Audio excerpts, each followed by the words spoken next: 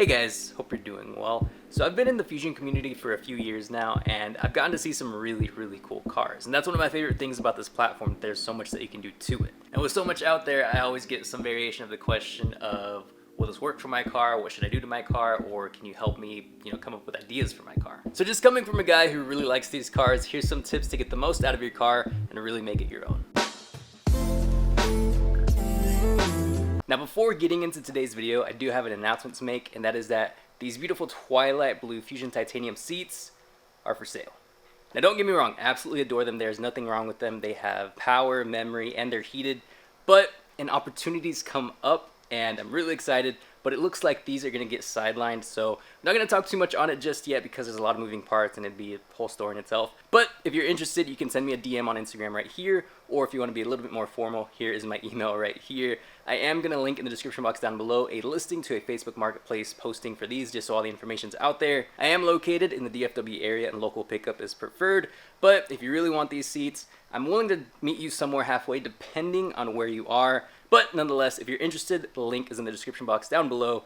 Let's get back to the video. So unfortunately, Ford really never committed to the full performance aspect of this vehicle, at least relative to its weight, which I feel like they really dropped the ball on, because then you would have had somewhat of a competitor to the Charger, and even GM had the Chevy SS up until like 2017, I think. So because of that, it is going to take some intent to make the car considerably powerful, which I've seen it done and it's really cool. And while that is a route to go, it doesn't necessarily mean that the car is going to be difficult to make fun to drive. So the number one mod that I think is pretty universally agreed upon in the Fusion community is getting a nice tune. Specifically, a tune is going to adjust some of how your engine fires, basically make it a little bit more responsive whenever you're getting on the gas, make it sound better, and actually give it some more horsepower. Because the thing about these cars is they were put together with fuel economy a little bit more at the forefront as opposed to power. But a tune will basically adjust that and give you a much more driver-oriented focus. And this is the one I always hear good stuff from, Tuning by James. And then to kind of piggyback off that, the two companies I would add are Steeda and Boomba. Steeda initially oriented themselves toward Mustang parts, but they did kind of start adopting other models. They do have Fusion stuff as well. So if you were to just get two things, a sway bar and a strut bar would go a long way, make you feel a lot more connected to the road and in control when you're driving. And then Boomba Racing has some nice pieces to go under the hood to help out your turbo. And with those three, you are already off to a good start. Now this next tip is probably the biggest in my opinion, and that is do not sleep on the universal stuff. I know as car owners, we usually have the intent to look for something that's very specifically made for our vehicle so that we know it fits, but that's not really what I'm meaning. I'm meaning more in the things that are tried and true that you could theoretically do to any vehicle. And I think the biggest one being a nice stance and a nice set of wheels. That's what can take a pretty normal car like this to this.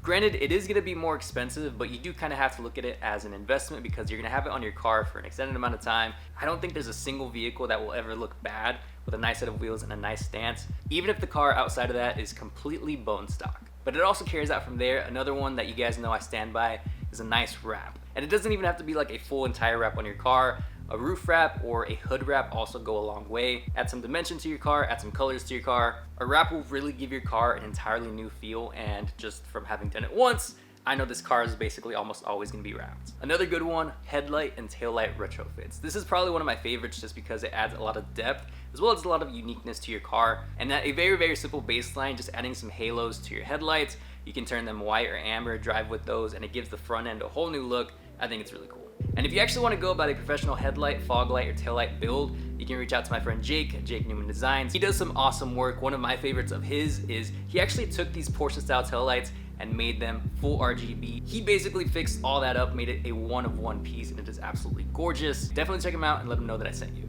And say you want to go a little bit more DIY friendly, this car is an amazing candidate for Starlight Headliner, mainly because it is a four-door, so people in the back actually can appreciate it, and it definitely gives the interior a much more elevated feel. It's really not that hard, it just takes time. My last big tip is compartmentalize the build. I know a lot of times when we look at a car, we kind of have a lot going on, and usually like the grand scheme of it's a little bit daunting. But what I usually like to do is create a future mods list with that, basically everything that I want to do to the car with the price and the links, because sometimes those change, sometimes you can get a better deal, or basically just kind of keep a tab on the whole thing. And with that, you can actually coordinate a little bit more. So say you're going to do something with the front end, say you're going to replace the headlights, and you want to also do grill lights at some point, you'll be able to do both of them at the same time. And it speeds up the whole process, as well as giving you a little bit more appreciation of what you're doing. It's really just looking at your vehicle from a grand scheme, finding out what it is that you want it to look like whenever it's done, or near completion at least, without really straining your overall approach and making you spend, thousands upon thousands of dollars right off the bat. Now, I do have some more tips that I'm basically just gonna shoot off because they don't really need too much of an explanation. If you want more specific breakdowns on how to get a certain amount of power out of your car,